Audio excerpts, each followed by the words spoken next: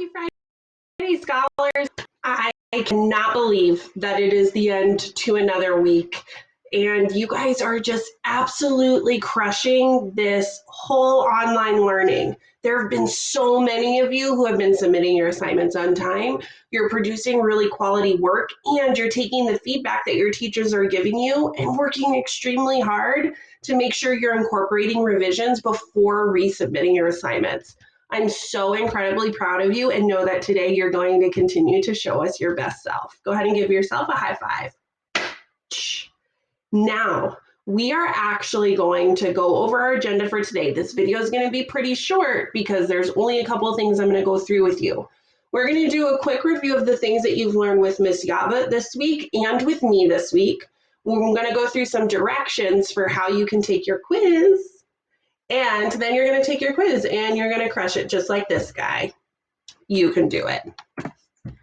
All right. So earlier this week with Ms. Yaba, you were learning how and when you should use quotation marks. And today you are going to be tested on using quotation marks and looking at a sentence to see, does this sentence use quotation marks correctly? So remember that when you're using quotation marks, you can really follow these 4 steps. The first step is to always look for a clue word. A clue word is going to be something that's telling you that a character or a person is getting ready to say something. Usually a pretty easy clue word we see in a sentence is said.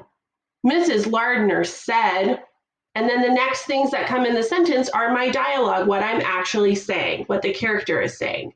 So you're always going to look for that clue word. It might not always be said. It could be questioned or asked or told or yelled or screamed or whispered. It can be any of those options as long as it's letting you know that the character is getting ready to say something.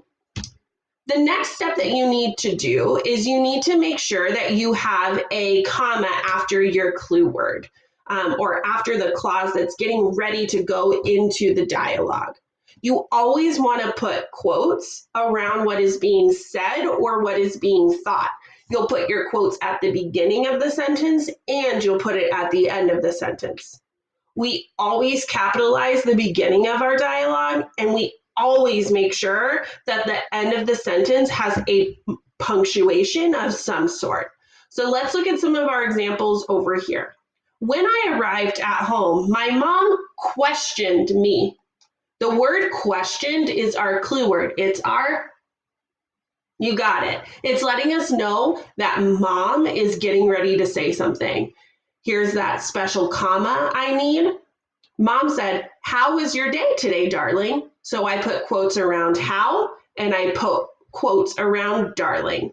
I always make sure the first letter is capitalized, and I always make sure I end with punctuation inside the quotations. When I arrived at home, my mom questioned me. How was your day today, darling? You got it. In the next example, I started with my quotations. How was your day today, darling? My mom asked me when I walked in the front door. I don't have a clue word here. I just know I don't have a clue word before my quote. My clue word is after my quote.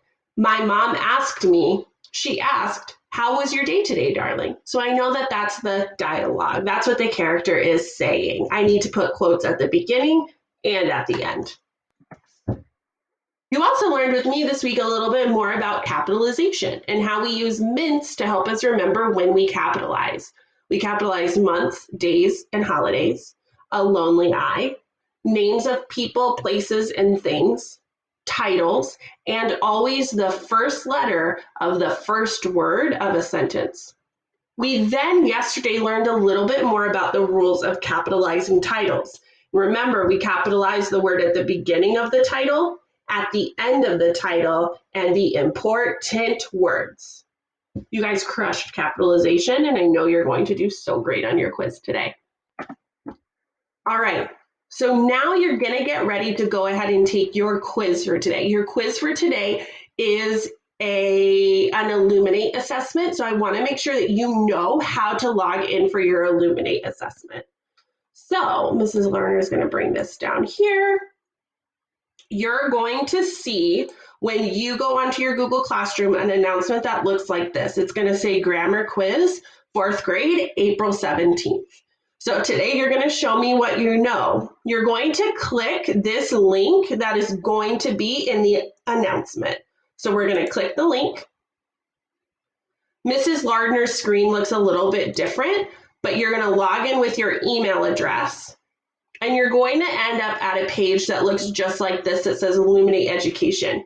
You're going to see here that we already have the access code in, so we don't need to put in our access code, but we do need to put in our student login.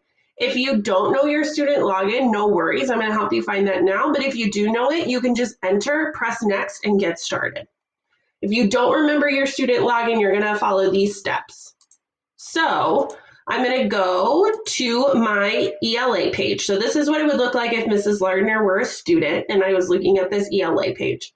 I'm going to go over to classwork. And today I'm actually going to pretend like I'm Miss Natalie Zavala from the Hadley campus.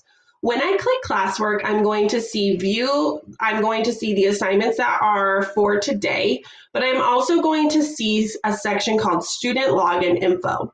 When I click this document, or it's going to show me a Google Doc. When I select this Google Doc, I'm going to see that I have information on here, and I see my Illuminate login right over here on the side. So this is the number that I would put in. But I want to make sure that I'm not putting in Natalie's number, that I'm actually putting in my own number. You're going to see when you log in that you should have a Google Doc with just your name on it. So I borrowed Natalie's today so you could see what it looked like.